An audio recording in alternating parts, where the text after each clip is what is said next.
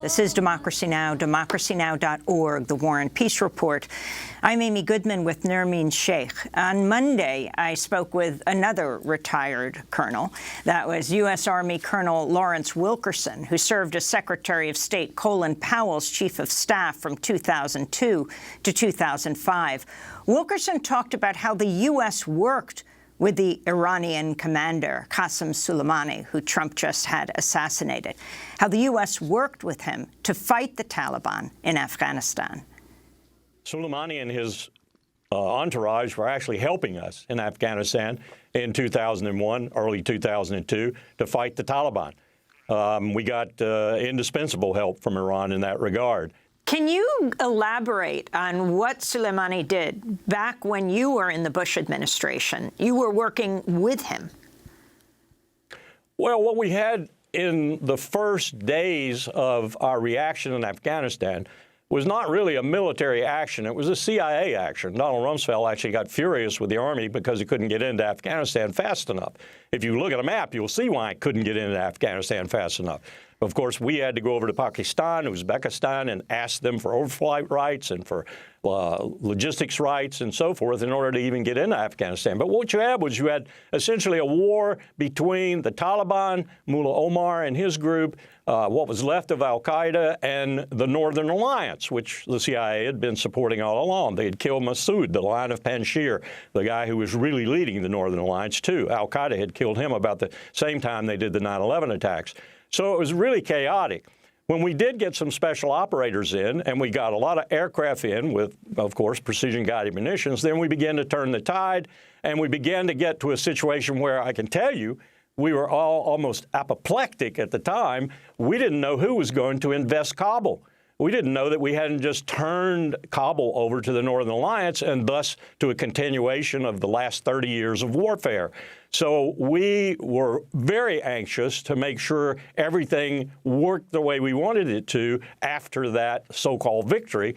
And one of the groups that helped us the most, as you might imagine, were the Iranians, because the Iranians looked at the Taliban as their enemy, too. You may recall that the Taliban had killed some Iranian diplomats and others in the months prior. So the Iranians were all for our eliminating the Taliban as the legitimate government of Afghanistan, and so pitched in to help.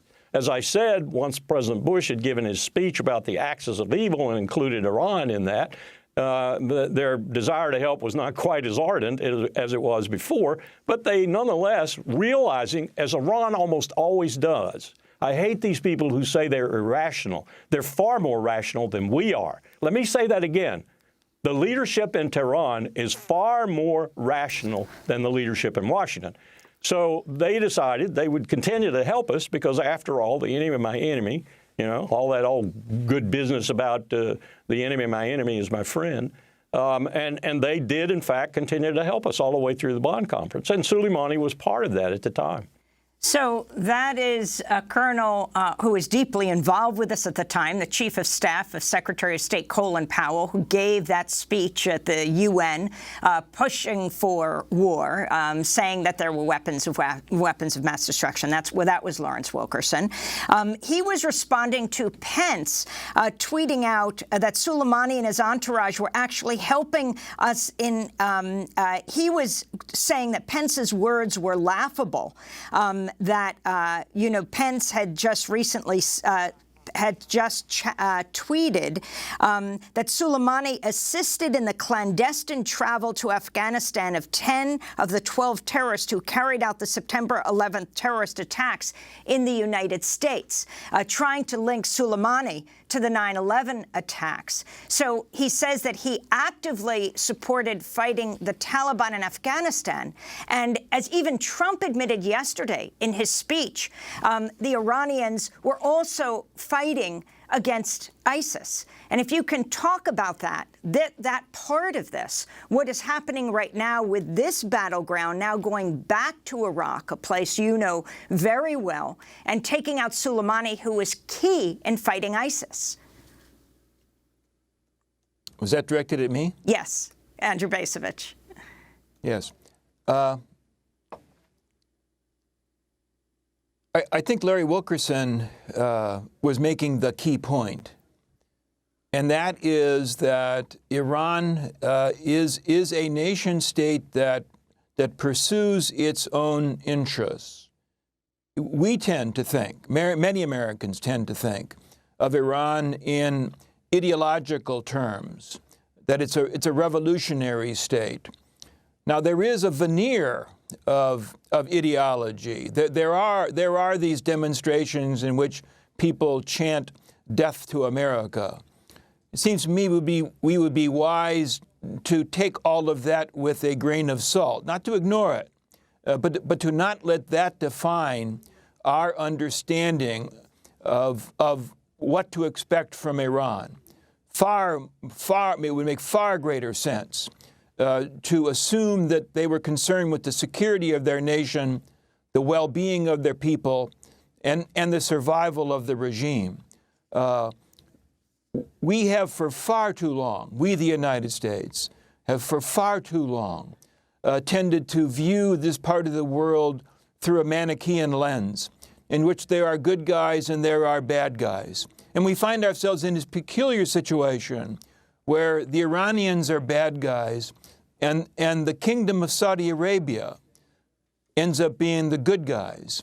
This is absurd. That Manichaean perspective is one of the things I think that sustains the militarized approach to U.S. policy that we have been following in this region for decades now. The conviction that somehow the appropriate use of American military power is going to destroy the evildoers and enable the good guys to prevail.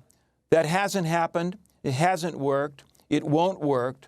And I do believe that the only conceivable way for us to begin to extricate ourselves from this terrible mess in the region, the instability, the chaos, the violence that we have helped to stoke, the only way for us to begin to resolve that is to abandon this militarized approach and to take a more balanced position with regard to the rivalries in the region. We're not for good guys versus bad guys. What we should be for is finding a way to end the instability and to create some semblance of peace. And the further use of American military power, which multiple administrations have now undertaken, the reliance on American military power has not advanced our purposes and will not. And the beginning of wisdom lies in acknowledging that fact.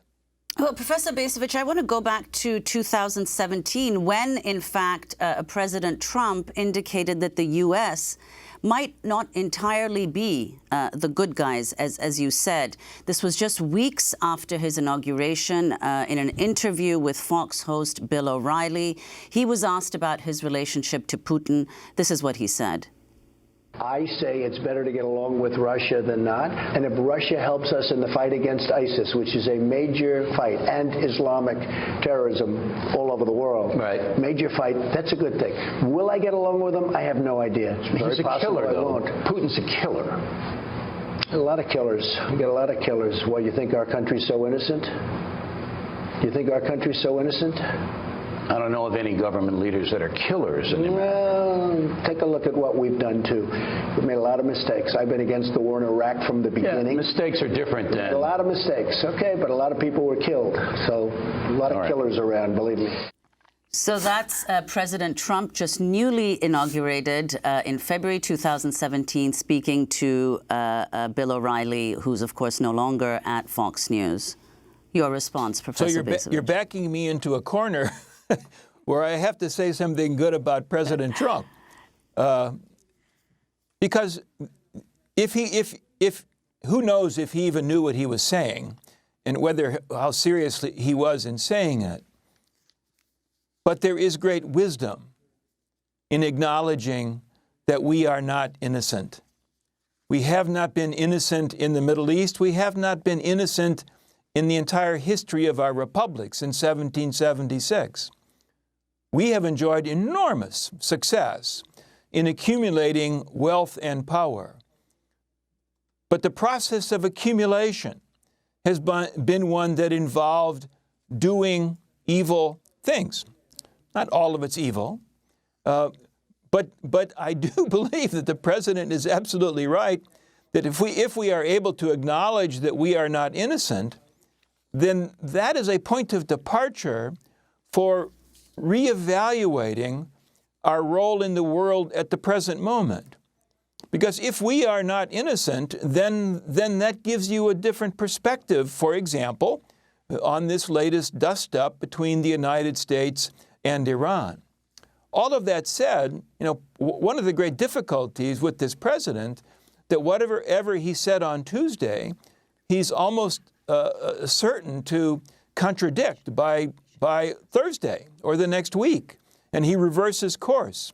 And so it's very, very difficult to, given all that he says, whether in speeches or in tweets, it's very difficult to pull the threads of continuity out of his many remarks in order to ascertain what he really believes and what he really thinks, because he is such a contradictory figure. Andrew Bacevich, President Clinton famously bombed Iraq when he was being impeached. And then you have the President Trump, as he's being impeached and going to a Senate impeachment trial, assassinating Soleimani. You wrote in an article last month, if Ukraine is impeachable, what's Afghanistan? And you talk about Afghanistan being the far greater crime. If you can talk about what is happening in Washington right now, at the same time Trump is making his announcement yesterday about Iran, about Soleimani, about increased sanctions strangling Iran. On the same day he's meeting with the Senate Majority Leader, he's meeting with Mitch McConnell, going through what this Senate impeachment trial will be. Well, what I was referring to in the piece that you just referenced was the Afghanistan Papers. And the documents that the Washington Post had revealed a couple weeks earlier, huge trove of documents, which demonstrated beyond any doubt whatsoever that the American people have been lied to about the Afghanistan war, the longest war in our country. We were constantly told that there was light at the end of the tunnel when the people running the war understood that no progress was being made, when the people running the war themselves acknowledged that they'd had no strategy, no understanding of the problem that they were dealing with. And the point I was trying to make in that piece is, and I certainly look forward to the day when Trump is no longer in office. But if his, whatever we want to call it, his antics with regard to Ukraine are worthy of impeachment, then by God, what are we to say of a war that is now in its 19th year, that we have been lied to repeatedly, that has led to the loss of thousands of American lives, tens of thousands of American wounded, I think more than 100,000 Afghans dead, couple $1 trillion of money expended. I mean, how does that compare? And my answer is that is indeed a far greater crime. Now, that's not a crime that necessarily we can pin on one particular individual, but in terms of an issue that demands scrutiny by our politicians, by the American people, I think Afghanistan is a far greater crime. And it saddens me greatly that here we are in the midst of the impeachment issue, now with the Iran crisis also having erupted. It saddens me greatly that the Afghanistan Papers have pretty much disappeared as an issue of any particular public interest. And I think that's a failure on the part of the media not to have stuck with that and pursued the Afghanistan Papers revelations more deeply. Well, Professor Bacevich, before we conclude, I'd like to turn to your book, which, of course, explains in part how we got to where we are, especially the U.S. role in the Middle East, the broader Middle East. The book is called The Age of Illusions, How America Squandered Its Cold War Victory. Now, you begin the book with an epigraph from James Baldwin's Notes of a Native Son. The epigraph reads, quote, "In America, though, life seems to move faster than anywhere else on the globe, and each generation is promised more than it will get, which creates in each generation a furious, bewildered rage, the rage of people who cannot find solid ground beneath their feet." That's James Baldwin, whom you quote in this book, The Age of Illusions. So, Professor Bacevich, explain why you chose that quote and your understanding of why the consensus that was reached by the foreign policy and military establishment elites following the Cold War, you say, led to the election of Donald Trump in 2016. I believe that quotation by James Baldwin captures where we came to be as a country by November 2016 in the election that installed Donald Trump in office. That is to say that a people who were bewildered and enraged, who felt that they had no place to stand, turned the country over to someone who is manifestly ill-equipped to serve as president because they were intent on repudiating the policy consensus that had existed during the post-Cold War period. Now, that's a phrase I use in the book to refer to the period, roughly quarter century, between the end of the Cold War, fall of the Berlin Wall, 1989, to the election of Donald Trump in 2016. 1989, a moment of enormous euphoria. We believed we had won, we had triumphed. We believed in the famous title of the essay by Francis Fukuyama that the end of history had arrived. And I argue that a policy elite from that moment on set out to exploit what they believed as our great triumph. And their exploitation took the form of some very specific notions. One of them was globalization, the conviction that corporate capitalism on a global scale was going to create unprecedented wealth and, they believed, work to the benefit of everyone. They also believed in a permanently supreme American military power that could keep order in the planet and bring about the further advance or export of American values. And operationalizing those ideas, which is what the post-Cold War presidents, Clinton, Bush Jr., and Obama did, led to results quite other than those expected. Globalization did make some people really, really rich. And it also created economic inequality that we have never seen in our nation, at least never seen since the end of the 19th century. It left behind millions and millions of Americans. And this notion of American military supremacy as enabling us to keep order and to export our values, well, all it did was to plunge us into a series of wars, some of which we don't have any idea how to end.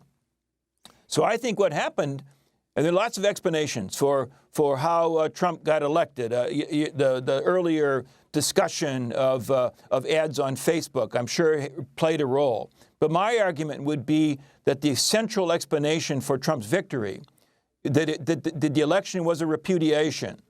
It was Americans who were not served and indeed were hurt by the post-Cold War consensus saying, no, we're not going to put up with this anymore.